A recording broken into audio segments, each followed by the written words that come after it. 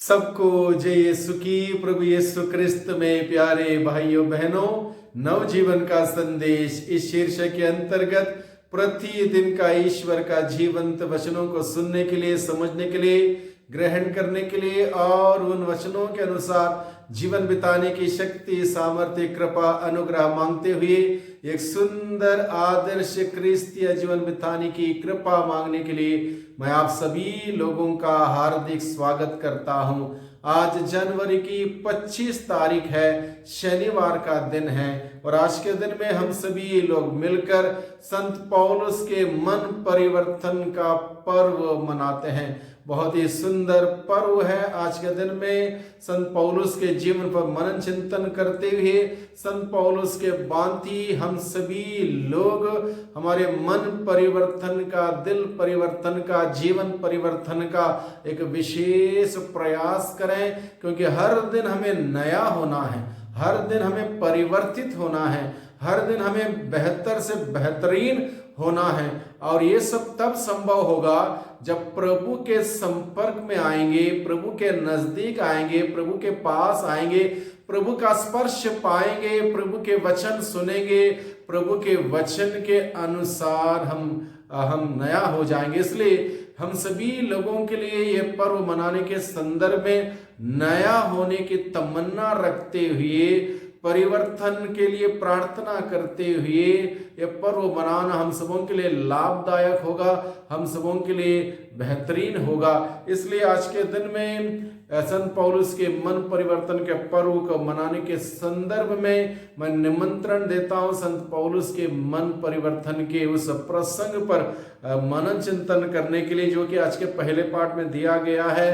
प्रेरित चरित अध्याय 22 प्रसंग का 3 से 16 का प्रसंग है, या फिर प्रेरित चरित अध्याय 9 प्रसंग 1 से 22 का प्रसंग हम पढ़ सकते हैं, जहां पर संत पौलुस के मन परिवर्तन का प्रसंग को लिखा गया। संत पौलुस अन्य लोगों की भांति, यानी कि अन्य बहुत सारे लोगों की भांति महापापी नहीं थे, लेकिन जो शिक्षा उसको प्राप्त हुई थी वो शिक्षा के अनुरूप वो चल रहा था, लेकिन वो शिक्षा सही नहीं थी, वो शिक्षा के अनुसार चल रहा था। लेकिन जब उसको इस प्रकार के कार्य करते हुए, उस शिक्षा के अनुसार चलते हुए ईसाइयों को, प्रभु के अनुयायियों को परेशान करते हुए, मारते पीटते हुए जो काम किया करता था, उस काम से प्रभु ने स्वयं उसको रोका। दमस्कस जाते वक्त घोड़े से उसको घिराया। वो व्यक्ति सोच रहा था उससे बड़ा कोई नहीं। इस प्रकार के एक ज्ञान के घमंड में जब आगे बढ़ रहा था, प्रभु ने उसको नीचे गिराया, जमीन पर लाया और वहां से उसको 3 दिन की उस आध्यात्मिक नवीनीकरण के लिए भेजा और अनन्यास के द्वारा उसको वचन सुनाया गया। प्रभु का प्रकाश, वचन का प्रकाश उसको दिया गया, प्रभु की बुद्धि ज्ञान शक्ति से उसको नवाजा गया। और 3 दिन के साधना के बाद जब उसकी आंखें खुली, उसकी दृष्टि बदल गई, उसका दृष्टिकोण बदल गया, उसके विचार बदल गए, विचारधाराएं बदल गई। अब तक ईसाई विरुद्ध काम किया करने वाला व्यक्ति यीशु के लिए जीने के लिए, मरने के लिए तैयार हो जाता है। यह है परिवर्तन। यीशु के लिए जीने के लिए, मरने के लिए तैयार हो जाता है। पूर्ण रूप से नई सोच, नए विचारधारा, नई धारणा, नई भावना, सब कुछ लेकर प्रभु के मनोभाव को धारण करता है, यीशु को धारण करता है, यीशु के लिए जीने के लिए, यीशु के लिए मरने के लिए प्रण लेता है। और इस प्रकार से उसके जीवन की शुरुआत होती है। उसके बाद यीशु के लिए उसने कष्ट सहे। पहले वो दूसरों को कष्ट देता था। यीशु के नाम से जो जीते थे उनके लिए कष्ट देने वाला व्यक्ति स्वयं कष्ट झेलता है, परेशानियों को उठाता है, तकलीफ का सामना करता है, बिना शिकायत के बड़े आनंद से उन सभी कष्टों को झेलते हुए प्रभु की गवाही बनता है, प्रभु का संदेश, समाचार को फैलाता है। और वो कहता है मेरे लिए जीना और मरना मेरे लिए प्रभु के लिए है। जो मैं जीता हूं प्रभु के लिए, मरता हूं प्रभु के लिए, नहीं कि अपना सर्वस्व उसने प्रभु के लिए निछावर कर दिया। अपना जीवन, अपनी योजना, अपनी क्षमताएं, अपनी खूबियां, सब कुछ प्रभु के लिए अर्पित करते हुए उसने जीवन व्यतीत किया। इतना महान संत पौलुस का पर्व जो हम सभी मनाते हैं, बहुत सारी बातें हम सबों को प्रभु अपने वचनों के द्वारा और इस विशिष्ट व्यक्ति के द्वारा सीखने के लिए हम सबों को बुलाता है, निमंत्रण देता है। मुख्य रूप से हम सभी आज के दिन में इस बात को सीखें और समझें, चाहे हमारा अतीत जैसा भी हो, टूटा फूटा क्यों ना हो, पाप में से क्यों ना हो, अगर हम लोग प्रभु के पास आएंगे, प्रभु का वचन सुनेंगे, प्रभु का स्पर्श पाएंगे, प्रभु का अनुभव पाएंगे, प्रभु हमें तरोताज बनाएंगे, नया बनाएंगे और संत पौलुस के बाद हम सबों को खड़ा कर देंगे। प्रभु के नाम से प्रभु की महिमा के लिए खड़ा कर देंगे और उसके लिए हमें अपने आप को निछावर करना होगा, समर्पित करना होगा प्रभु के हाथों में।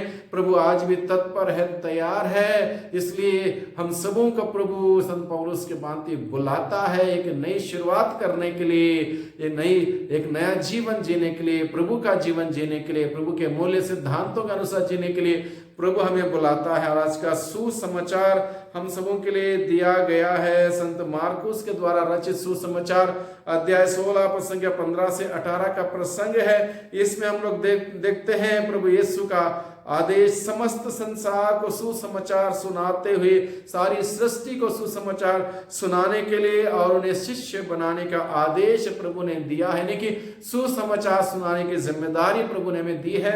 और आगे हम लोग सुनते हैं, जो सुसमाचार में विश्वास करेगा वह अलग अलग प्रकार के चिन्ह चमत्कार का अनुभव करेगा, जैसे अवधूतों को निकालना, सांपों को उठाना, यदि विष पिएंगे उन्हें कोई हानि नहीं होगी। यानी कि इस प्रकार से सुसमाचार के द्वारा प्रभु की सामर्थ्य शक्ति का घोषणा की गई है और इस प्रकार से लोगों को चंगाई